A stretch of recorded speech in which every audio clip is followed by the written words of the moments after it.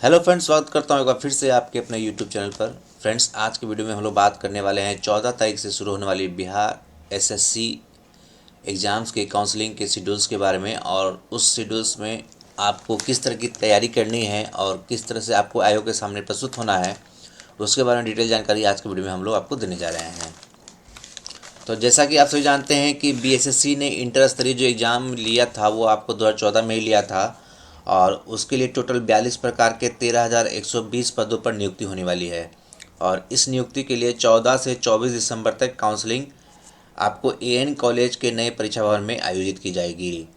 इसके लिए आयोग ने टोटल 14,410 उम्मीदवारों का चयन किया है, और आयोग के सचिव के अकॉर्डिंग ने काउंसलिंग को लेकर विस्तृत जानकारी जारी कर दी है। और काउंसलिंग में अभ्यर्थियों को समय से 1 घंटा पहले परीक्षा केंद्र पर आना होगा। काउंसलिंग में शामिल होने वाले अभ्यर्थियों के लिए आयोग की ओर से वेबसाइट पर डेट वाइज और शिफ्ट वाइज जो भी सूची होती है, लिस्ट होती है, उसको जारी कर दिया है। आइए इस चीज़ को हम लोग समझते हैं। तो सबसे पहले तो जितने भी कैंडिडेट्स हैं वो बीएसएससी के साइट्स पे आएंगे, और वहाँ पे आप अपना जो रोल नंबर के अकॉर्डिंग है लिस्ट में अपना नाम देख लेंगे कि आप शॉर्टलिस्टेड कैंडिडेट्स में हैं या नहीं हैं। यहाँ पे जितने भी शॉर्टलिस्टेड कैंडिडेट्स हैं उनकी लिस्ट जारी कर दी गई है, और वो अपने रोल नंबर से यहाँ पे चेक कर सकते हैं कि उनको सिलेक्शन किया गया है या नहीं किया गया है। तो जो भी सेलेक्टेड कैंडिडेट्स हैं उनके लिए ये है कि आप 14 तारीख से लेकर के 24 तारीख तक एएन कॉलेज में पटना में जो पानी टंकी के पास है वहाँ पे आपको तीसरा द्वार केनरा बैंक के सामने है, वहाँ पे आपको काउंसलिंग का आयोजन किया गया है 14 तारीख से लेकर के 24 तारीख तक। और यहाँ पे आपको बता दें कि टोटल 14,410 कैंडिडेट्स जो हैं उन लोगों का काउंसलिंग किया जाएगा। तो जो भी अभ्यर्थी हैं, जितने कैंडिडेट्स हैं, वो काउंसलिंग से 1 घंटा पहले अपने स्थान पे पहुंच जाएंगे और उसमें विलम्ब नहीं करेंगे। और जितने भी कैंडिडेट्स हैं उनको प्रोविजनल रूप से आमंत्रित किया जा रहा है, और वहाँ पर उनके द्वारा जो ऑनलाइन फॉर्म में जन्म तिथि, लिंग, श्रेणी, शैक्षणिक योग्यता, तकनीकी योग्यता इत्यादि से जो भी डिटेल्स फिल किया गया है उसके ओरिजिनल सर्टिफिकेट के साथ आपको वहाँ पे जाना है। आपके वो सारे ओरिजिनल सर्टिफिकेट्स को वहाँ पे वेरीफाई किया जाएगा, और ये कैंडिडेट सुनिश्चित कर लें कि वे विज्ञापन के जो भी कंडीशंस हैं उसके आधार पे उनका जो शैक्षणिक योग्यता है और जो टेक्निकल योग्यता है उनके पास होना चाहिए। काउंसलिंग में आमंत्रित अभ्यर्थियों को सबसे पहले बायोमेट्रिक मिलान उनके प्री एग्ज़ाम्स और मेन एग्ज़ाम्स में लिया गया जो भी बायोमेट्रिक डाटा है उससे किया जाएगा। अगर उस मिलान में आपको सही पाया जाता है तो उसके बाद ही आपके जो सर्टिफिकेट्स होंगे उसकी स्क्रूटनी की जाएगी। बायोमेट्रिक मिलान में अगर किसी तरह का विसंगति पाया जाता है, यानी कि कहीं तरह से अगर कोई चीज़ मैच नहीं करता है, तो वहाँ पे आयोग कैंडिडेट्स के विरुद्ध जो भी है लीगल कार्रवाई करने के लिए फ्री होगा। आयोग की वेबसाइट पे एक प्रपत्र 1 दिया गया है, उसको आप डाउनलोड करके उसको प्रिंट कर लें, और उसमें अपना जितना भी डिटेल्स है उसको भरेंगे, और वहाँ पे अपना सिग्नेचर और हाल का यानी कि अभी रिसेंट का खींचा हुआ फ़ोटो चिपकाएंगे। आयोग द्वारा आपको प्रपत्र 1 और प्रपत्र 8 भी आयोग के वेबसाइट पर दिया गया है, वहाँ से आप उसको डाउनलोड करेंगे और डाउनलोड करके अच्छी तरह से उसको भर लेंगे। कैंडिडेट्स को एक चीज़ और ध्यान देना है कि आप जो विविध प्रपत्र 1 को डाउनलोड करेंगे उसके अलावा आपके जितने भी सर्टिफिकेट्स हैं, ओरिजिनल मार्कशीट के सर्टिफिकेट जो भी हैं आपके पास, उसकी स्कैन कॉपी को पीडीएफ में स्कैन करेंगे और उसको एक पेन ड्राइव में सेव कर लेंगे। और पेन ड्राइव में आपके पास मुख्य परीक्षा में जो रोल नंबर दिया गया है उस नाम से वो फ़ोल्डर बना लेंगे, और उस फोल्डर में वो सारे डॉक्यूमेंट्स को आप आराम से रख लेंगे और उसको सेव कर देंगे। और जिस दिन आपका काउंसलिंग होगा उस दिन आपको आयोग के सामने वो पेन ड्राइव जमा करना होगा। कैंडिडेट इस बात का भी ध्यान दें कि पेन ड्राइव में जो आपका रिलेवेंट सर्टिफिकेट्स हैं, ओरिजिनल सर्टिफिकेट्स, उसकी स्कैन पीडीएफ के अलावा और किसी तरह का कोई डाटा नहीं होना चाहिए। इस बात का आप अच्छी तरह से ध्यान दें कि वहाँ पे सिर्फ और सिर्फ आपके सर्टिफिकेट्स के रिलेटेड ही डाटा जो है पीडीएफ फॉर्म में होंगे उस पेन ड्राइव में। उसके अलावा पेन ड्राइव में किसी अदर और भी कोई तरह का डॉक्यूमेंट्स नहीं होगा। जितनी भी आपकी प्रमाण पत्र की मूल प्रति है उसको आप सेल्फ अटेस्ट कर करके उसकी फ़ोटो कॉपी अरेंज करके काउंसलिंग को 3 सेट में प्रोवाइड करेंगे। यानी कि जितने भी आपके ओरिजिनल डॉक्यूमेंट्स हैं आप उसकी फ़ोटो कॉपी करेंगे 3 सेट, और तीनों सेट में आप उसको सेल्फ अटेस्टेड करेंगे। और सेल्फ अटेस्टेड करने के बाद उसको अरेंज करके रखेंगे आप उसको, यानी कि from the beginning to the last आप उसको अरेंज करके आप उसका 3 सेट बनाइए और उसको आयोग को आपको देना होगा।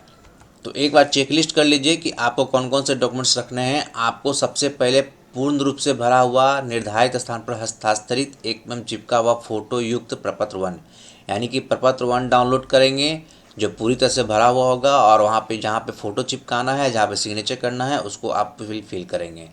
उसके बाद आपके पास बिहार एसएससी द्वारा लिखित परीक्षा प्री और मेंस के समय जो आपको एडमिट कार्ड दिए गए थे उसको आपको रखना है। फिर आपके पास मैट्रिक से रिलेटेड उसके मूल अंक प्रमाण पत्र और सर्टिफिकेट्स होने चाहिए, यानी कि मार्कशीट के साथ साथ आपके सर्टिफिकेट्स 10th क्लास के होने चाहिए।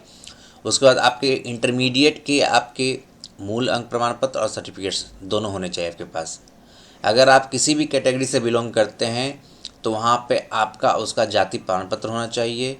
अगर आप ओबीसी बीसी कैटेगरी से बिलोंग करते हैं तो आपका क्रीमी लेयर रहित, यानी कि नॉन क्रीमी लेयर का जो सर्टिफिकेट्स होते हैं वो आपको प्रोवाइड करने होंगे। जिस कैंडिडेट ने डिसेबिलिटी में फॉर्म को भरा था, अगर वो प्रूफ करते हैं तो उनको लिए डिसेबिलिटी सर्टिफिकेट्स अपलोड करने होंगे। आपके पास परमानेंट रेसिडेंशियल सर्टिफिकेट्स होने चाहिए। अगर आपके पास भूतपूर्व सरकारी सेवक से संबंधित कोई प्रमाण पत्र है तो वो आपके पास होने चाहिए। आपके पास टाइपिंग से रिलेटेड सर्टिफिकेट्स होने चाहिए और शॉर्ट हैंड का भी सर्टिफिकेट्स होना चाहिए।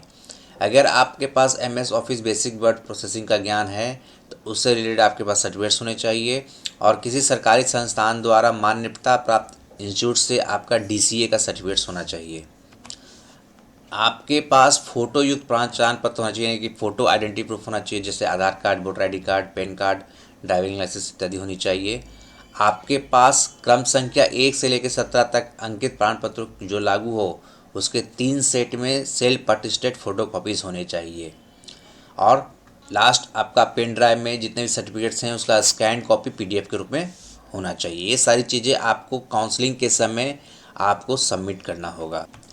जितने भी सर्टिफिकेट्स आपके एजुकेशनल्स होंगे, टेक्निकल्स होंगे, आपकी जितनी भी योग्यता वाली सर्टिफिकेट्स होगी उसमें जो सर्टिफिकेट्स का जो डेट होगा अंतिम प्राप्त करने की तिथि 31/10/2014 तक ही होगी। यानी कि अगर आप कोई भी ऐसा सर्टिफिकेट्स प्रोवाइड करते हैं जिसमें डेट 31/10/2014 के बाद की है तो वो आपका एलिजिबल नहीं माना जाएगा। उसी तरह से अगर SC ST कैटेगरी वालों कैंडिडेट के लिए जो जाति प्रमाण पत्र है उसकी भी अंतिम तिथि 31/10/2014 से लेकर के 13/3/2016 तक की ही लागू होगी। और जो कैटेगरी BC और OBC से बिलोंग करते हैं उनके लिए भी जो भी नॉन क्रीमी लेयर सर्टिफिकेट्स होंगे वो 31/10/2014 से या 13/3/2016 तक के ही लागू होंगे। अगर किसी कैटेगरी वाइज OBC वाले कैंडिडेट्स को या BC कैंडिडेट्स वाले के लिए जो सर्टिफिकेट्स हैं वो 31/10/2014 या 13/3/2016 के एक से पहले 1 साल अधिक पुराना है। मान लिया जाए कि आपका 31/10/2014 से पहले यानी कि 13 या 12 का है या 16 या 15 का है, तो वहाँ पे आपको प्रपत्र 8th में जो सेल्फ डिक्लेरेशन है उसको सिग्नेचर करके आपको सबमिट करना होगा काउंसलिंग के समय। जो कैंडिडेट्स काउंसलिंग में निर्धारित टाइम पर और समय पर नहीं उपस्थित होंगे उनको काउंसलिंग हेतु दोबारा अवसर प्रदान नहीं किया जाएगा। यानी कि उनका जो डेट वाइज है उनको अगर वो डेट पे वो नहीं पहुंचते हैं तो उनको वहाँ पे दोबारा किसी तरह के काउंसलिंग में पार्टिसिपेट करने का मौका नहीं दिया जाएगा। काउंसलिंग में आमंत्रित किए गए व्यक्तियों के प्रमाण पत्रों की समीक्षा स्क्रूटनी की जाएगी और ऑनलाइन आवेदन में किए गए दावों का मूल प्रमाण पत्र से मिलान के पश्चात ही उन्हें योग्य पाया जाएगा और उसी के अकॉर्डिंग उसके पद विशेष की अर्हता प्राथमिकता जो विकल्प आपने दिया है, आपने जो भी पोस्ट के लिए उसके मेगा क्रमांक के अनुसार उपलब्ध रिक्रूटमेंट में जो सेवा दी जाएगी आवंटन की जाएगी। मात्र काउंसलिंग में बुलाए जाने पर के आधार पर भविष्य में नियुक्ति का दावा नहीं कर सकते हैं। जो अभ्यर्थी सेवा आवंटन योग्य पाए जाएंगे उनके सभी प्रमाण पत्रों का सत्यापन संबंधित नियुक्ति प्राधिकार के द्वारा किया जाएगा। और इसकी जो भी सूचना है वो जो भी कैंडिडेट्स हैं वो आयोग की वेबसाइट biharssc.bir.gov.in कहीं देखते रहें और इधर उधर कहीं पे ध्यान न देंगे। काउंसलिंग में उपस्थित होने वाले व्यक्तियों वो कोरोना संक्रमण को ध्यान में रखते हुए सोशल डिस्टेंसिंग का पालन करेंगे और किसी भी अनावश्यक रूप से अपने साथ किसी को नहीं लाएंगे। जो कैंडिडेट होंगे सब अकेले आएंगे, उनके साथ कोई भी रिलेटिव कोई भी फ्रेंड्स वहाँ पे नहीं अवेलेबल रहेंगे। हमेशा मास्क बने रहेंगे, अपना हैंड सैनिटाइजर और पेयजल साथ लाएंगे और सरकार प्रशासन द्वारा जो भी निर्देश दिया जाएगा उसको अनुपालन करेंगे। तो यहाँ पे आप देखिए कि आपको जो बीएसएससी के साइट पे है वहाँ पे आपको ये प्रपत्र 1 मिल जाएगा, जिसको आपको भर के ले जाना है। और इस प्रपत्र 1 में देखिए यहाँ पे कॉलम बना हुआ है स्व आभारी प्रमाणित रंगीन फोटोग्राफ का, यानी कि आपको यहाँ पे एक रिसेंट कलर फोटोग्राफ चिपकाना है और उसको आपको सेल्फ अटेस्टेड करना है।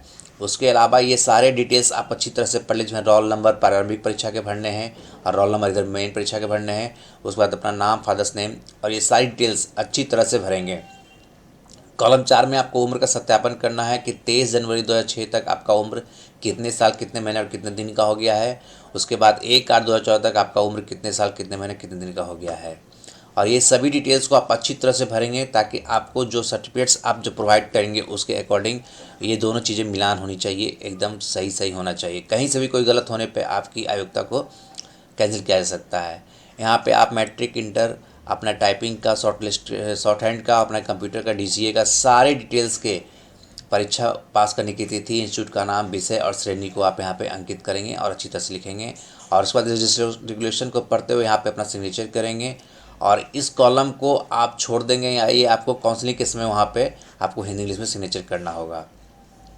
उसके अलावा यहाँ पे देखिए फॉर्म 8V है, जिसके बारे में ये डिटेल दिया गया है कि जो भी कैटेगरी वाइज आप बिलोंग करते हैं, आपके जो कैटेगरी सर्टिफिकेट हैं वो आपके 1 साल पुराने हैं या वो हैं, जो उसके अकॉर्डिंग आप इस चीज़ को संबंधित को सबमिट करेंगे और यहाँ पे सिग्नेचर करके आप इसको भी सबमिट करेंगे।